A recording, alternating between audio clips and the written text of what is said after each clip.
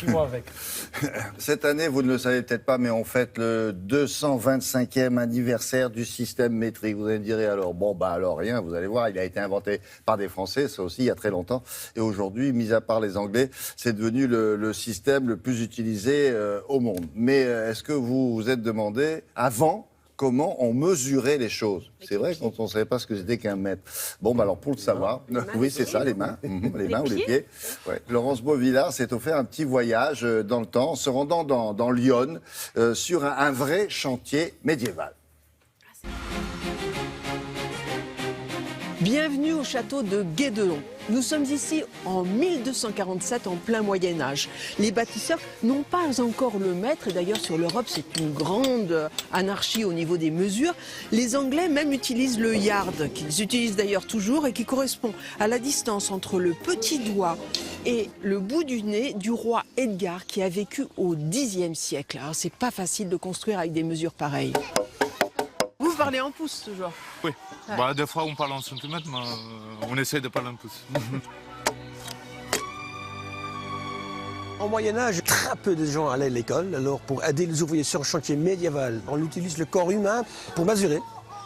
Et par exemple ici j'ai une pige et sur la pige on trouve en fait toutes les unités de mesure. Tout commence avec le pouce, la paume, la palme, l'empan, le pied et la coudée. Oui, mais alors la coudée, la mienne, c'est pas la tienne, hein, hein? En effet, c'est un problème.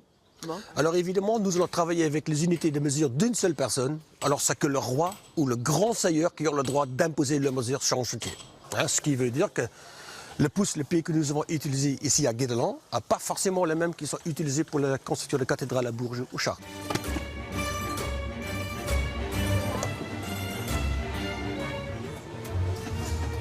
Le principe de cage et écureuil est qu'on peut lever environ 3 fois son poids. Et on arrête. Alors donc ça, c'est l'arme du bâtisseur, c'était ça? Voilà, on appelle ça la corde à 13 nœuds. On va faire des calculs. Vous allez compter les intervalles, pas les nœuds. Alors j'ai combien d'intervalles ici? 2. 2 et une fin. 3. Moins 2 fins. 1. Jusque-là, ça va? Ouais.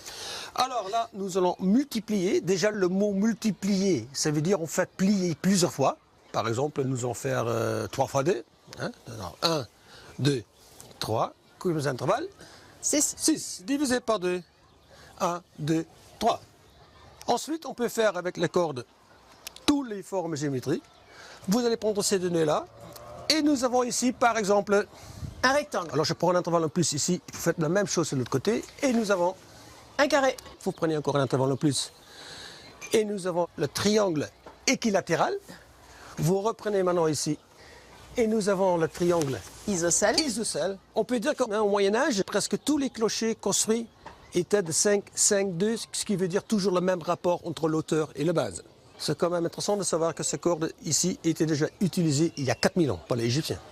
Afin d'unifier ces systèmes de mesure, les scientifiques, au moment de la Révolution française, vont prendre comme référence une référence commune à tous les hommes, c'est-à-dire notre planète. Ils vont mesurer un méridien. Alors, comme ils sont français, ils vont prendre le méridien qui passe par Paris et ils vont mesurer exactement un quart de ce méridien. Ils vont mettre 6 ans à le faire.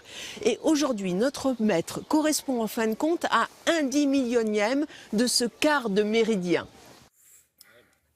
Ah, mais vous le saviez, bien sûr. Ne me demandez pas de répéter. Sur ce chantier, il y a des gens qui viennent du monde entier dans Lyon. Merci beaucoup. Télématin, c'est ouvert jusqu'à 9h25 avec une chronique, une info, au moins.